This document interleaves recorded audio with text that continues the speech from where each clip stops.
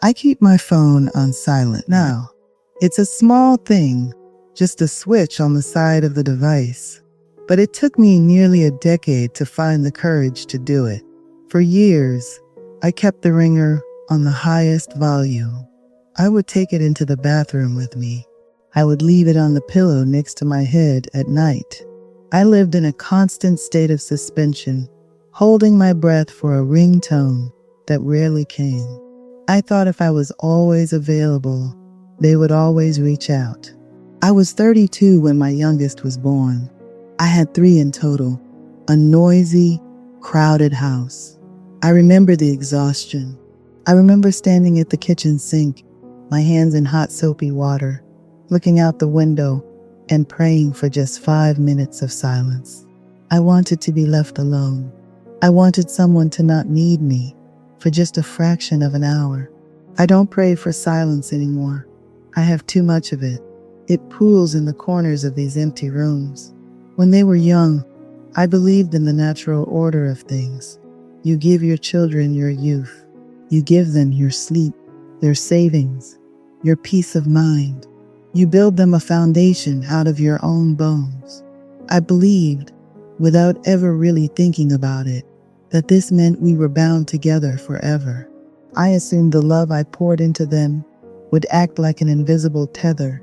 No matter how far they went, they would always feel the pull of home. I didn't realize that my job was to make myself obsolete. The change didn't happen overnight. There was no big argument, no slam doors or final words. If there had been a fight, maybe it would have been easier. A fight is something you can fix. An argument has 2 sides. But this wasn't an explosion. It was an evaporation. It started when they went off to college. The calls were frequent at first. They needed money. They needed advice on how to wash a wool sweater. They needed comfort after a bad exam. I felt useful. I was still the mother. Then came the jobs, the apartments in different cities, the serious relationships, the marriages. I told myself it was normal.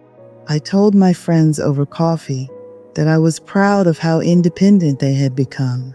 We would sit there, women my age, sipping our tea, lying to each other. We all talked about how busy our children were, how important their careers were. We wore their absence like a badge of honor. "Oh, he's so busy at the firm," we would say. "She's overwhelmed with the new baby." We used their busy lives as a shield to cover up the fact that we were being left behind. I made excuses for them for 15 years. When a Sunday afternoon passed without a phone call, I would tell myself they were resting. When holidays started getting split and then skipped entirely, I told myself the travel was too expensive. When my birthdays were reduced to a group text and a bouquet of flowers ordered from an automated website, I told myself it was the thought that counted. But the thoughts were getting smaller. I started living my life in the margins of theirs. I would leave my weekends completely open, just in case one of them decided to drive down. I wouldn't make plans with my own friends because I wanted to be available. I would buy their favorite foods at the grocery store, the specific brand of orange juice my son liked, the expensive crackers my daughter preferred. I would keep them in the pantry until they went stale. Then I would throw them away, buy fresh ones, and start the cycle over. I was maintaining a museum for visitors who were never coming. There are boxes in my attic filled with construction paper turkeys and macaroni necklaces. There are pencil marks on the doorframe in the kitchen, measuring their heights year by year. For a long time, looking at those marks brought me a deep sense of pride. Now, they just feel like evidence of a crime I didn't know I was committing. The crime of letting my entire identity get wrapped up in people who were destined to leave me. The waiting became a physical sensation, a tightness in my chest, a slight hum in my ears. I would sit in the living room with a book on my lap, not reading a single word, just listening. Listening for a car pulling into the driveway. Listening for the phone. I was a ghost haunting my own life, waiting for my children to come back and make me real again. The day it broke wasn't a holiday. It wasn't Mother's Day or a birthday. It was a Tuesday in November. My eldest son lived about an hour away. He had called on Monday to say he had a meeting near my town the next afternoon and might swing by for an early dinner. "Don't go to any trouble, Mom," he said. "It's just a maybe." I heard the maybe, but my heart only registered the dinner. I woke up early. I went to the butcher. I bought a roast. I spent 3 hours preparing it. I made the potatoes exactly how he liked them, mashed with heavy cream and roasted garlic. I set the dining room table. I put out the good napkins. I even put on a nice blouse and fixed my hair. By 4 o'clock, the house smelled wonderful. By 5 o'clock, I was sitting at the table, waiting. At 6, I told myself his meeting ran late. At 7, I thought about calling him, but I didn't want to be the nagging mother. I didn't want to intrude. That was the rule, wasn't it? Never intrude, never demand. Always be accommodating. At 8 o'clock, the sun had long since set. The house was entirely dark, except for the small light above the stove. The roast was dry. The potatoes were cold. My phone buzzed on the table. A text message. Meeting ran late. Headed straight home. Exhausted. Catch up soon. He didn't call. He didn't apologize. He didn't ask if I had made food.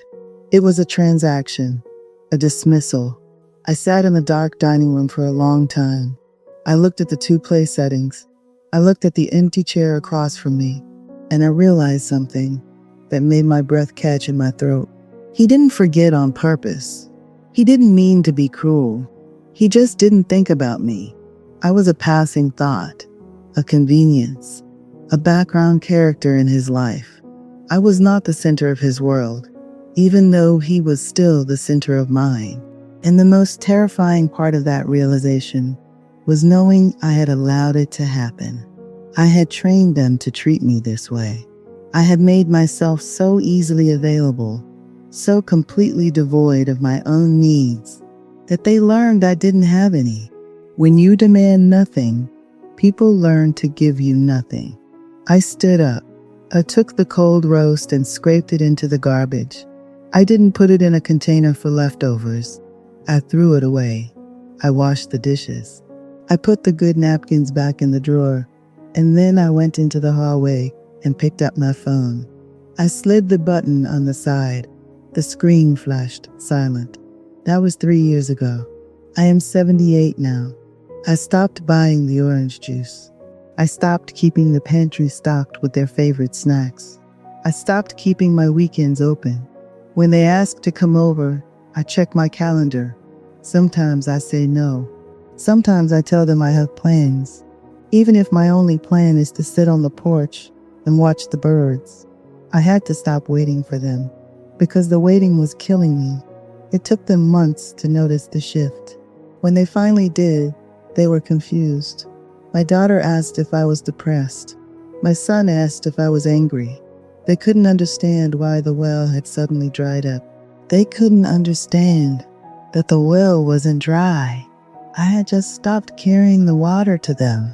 I told them I was fine, and I was. But there is a grief that comes with this peace. It is a quiet, heavy grief. It is the realization that the season of motherhood I cherished most is truly gone. The people I raised do not exist anymore. They have been replaced by busy adults who look like my children, but who love me from a polite distance. I love them. I will always love them. But I do not wait for them. I see women my age in the grocery store. I see them looking at their phones in the checkout line. I see the hopeful way they talk about the upcoming holidays, the desperate way They cling to the promise of a brief visit. I know exactly what they are doing. They are pausing their own lives, holding their breath, hoping to be remembered. We spend our whole lives building a home for our children, only to realize we have to live in it alone. You think you are being a good parent by always leaving the door open. You think your endless patience is a virtue. You think that if you just wait long enough, they will realize what they have. They will turn around. They will come back and fill the empty spaces they left behind. They won't. Their lives are moving forward, and yours is standing still. I don't keep the porch light on anymore. The hardest part wasn't letting go of them. It was realizing they hadn't been holding on for a very long time.